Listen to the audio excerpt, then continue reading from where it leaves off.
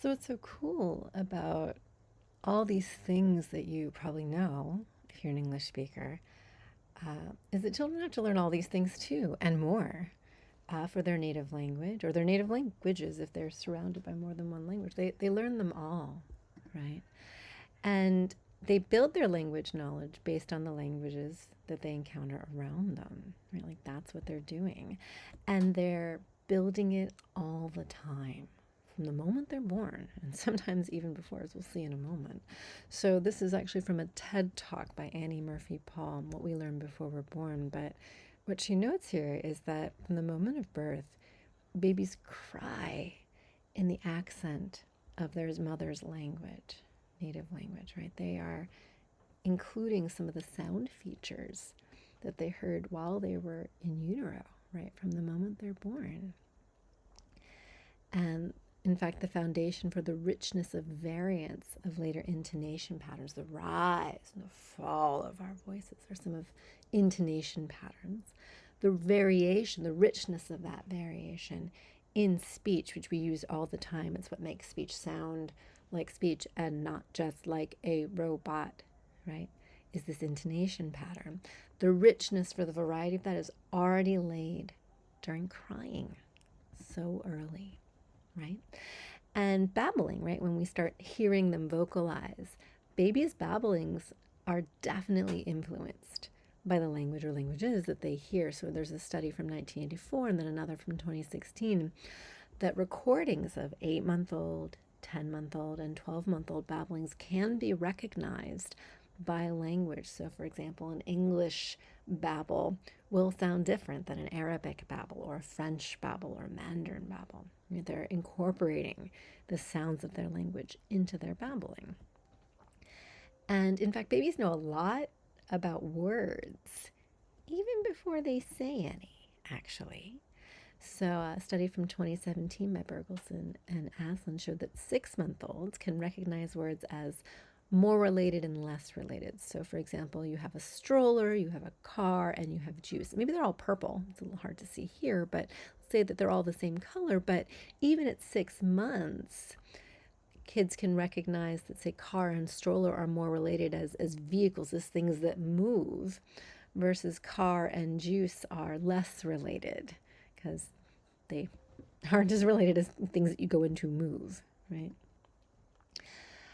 Bergelson and Swingley and some additional studies show that 6 to 9-month-olds actually understand a variety of familiar words that are concrete objects, typically things like nose, right, and cookie.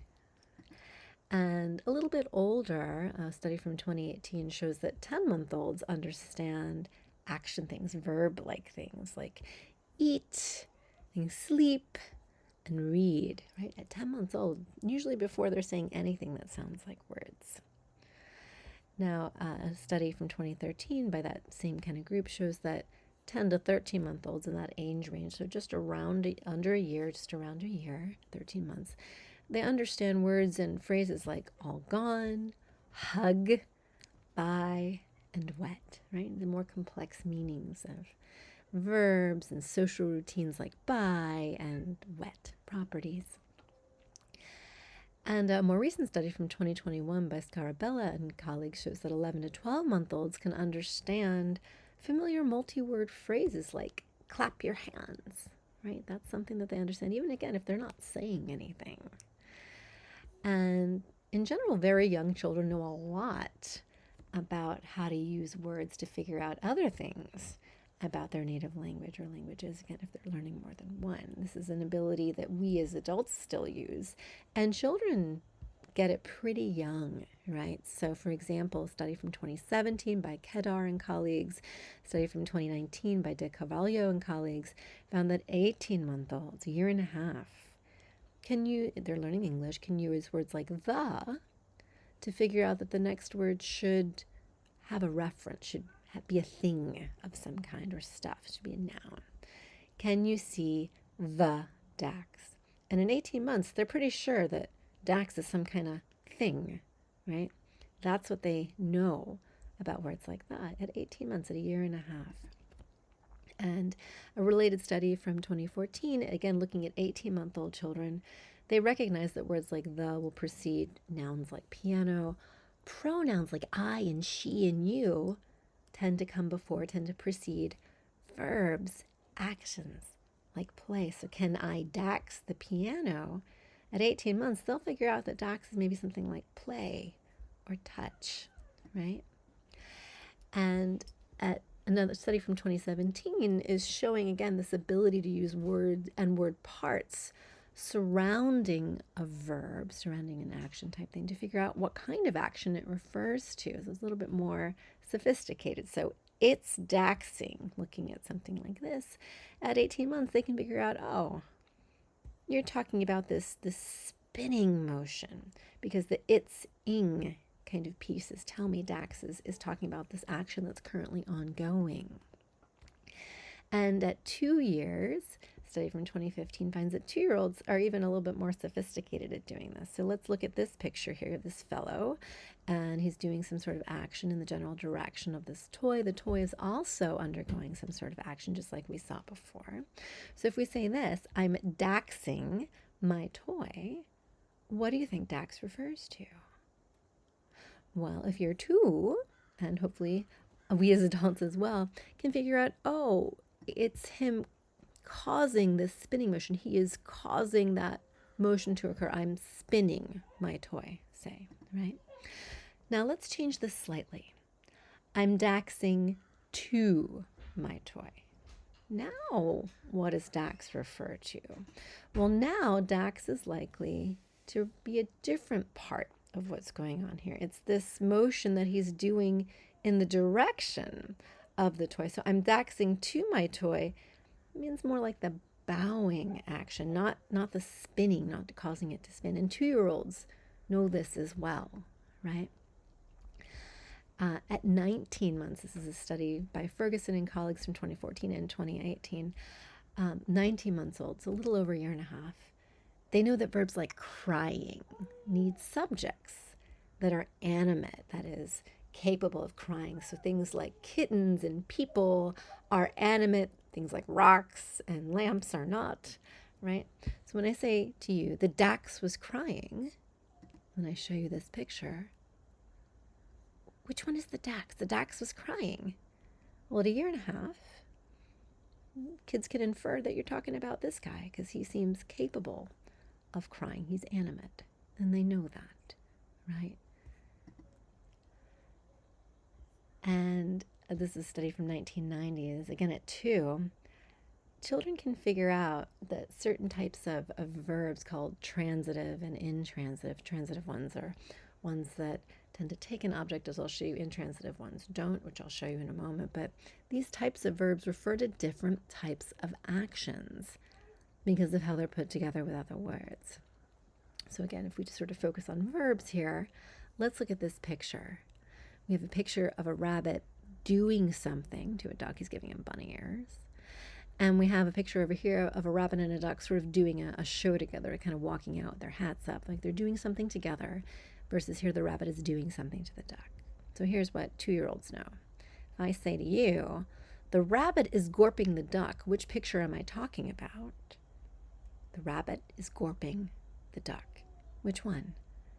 2-year-olds know that I'm talking about this one. It's a transitive verb. Gorp is taking the object, the duck. Something is happening to the duck. 2-year-olds know that. Versus, swap the order a little bit, the rabbit and the duck are gorping. Now what does gorp refer to? Now it's the thing where they're doing the same action together. There's no object of gorping. Nothing is being gorped, right? They're just doing some action together. That's intransitive. And 2-year-olds know this. They know these kind of subtle differences in word order signal different types of meaning. At 12 months, when we're talking about word order, 12-month-olds who are learning English can distinguish between declarative sentences, like you remembered the popcorn, versus questions that are called yes/no questions because you answer them with a yes or no. Did you remember the popcorn? Yes or no? You remembered the popcorn versus did you remember the popcorn? And 12-month-olds know that these are different things, even though there are lots of pieces that are really similar. They know that this one, you remember the popcorn, does not require an answer. and this one does, that these are different. And then here's another one, again, about these young kids are about 1.5 years. So this is Hirsch, Pasek, and Gullenkoff from 1991. 16 to 18-month-olds, so 1.5 years, just under. They can tell the difference just by order between fairly complex questions like these. So we have a picture here. We have Cookie Monster and Big Bird. And in one picture over here, Cookie Monster is holding the soap, and he's going to do some washing. And Big Bird over here is holding the soap and is probably going to do some washing. They can tell the difference between where is Cookie Monster washing Big Bird and where is Big Bird washing Cookie Monster. So where is Cookie Monster washing Big Bird? Let's look. What's this one over here? Where's Big Bird washing Cookie Monster? That's this one over here. 16 to 18-month-olds, 1.5 years, know this, even though they might not be anywhere near having multiple questions or saying questions themselves. And then even before age 2, this is a study from 2006, children know the subject of an English sentence, like this one, should be the one doing the action. It's called the agent, just for a technical term, but should be the one doing the action. Wugs, hug, blicks. Now, of course, we don't know what wug and blick mean. We do probably know the word hug. So wugs, hug, blicks. And we look at this picture right here. Where's the wug? Well, at 2, kids know that this is the wug. That's right. So there we are. These are things that children know, right? In general, they know a lot more than they can express, which is why we're sometimes surprised by what they do say.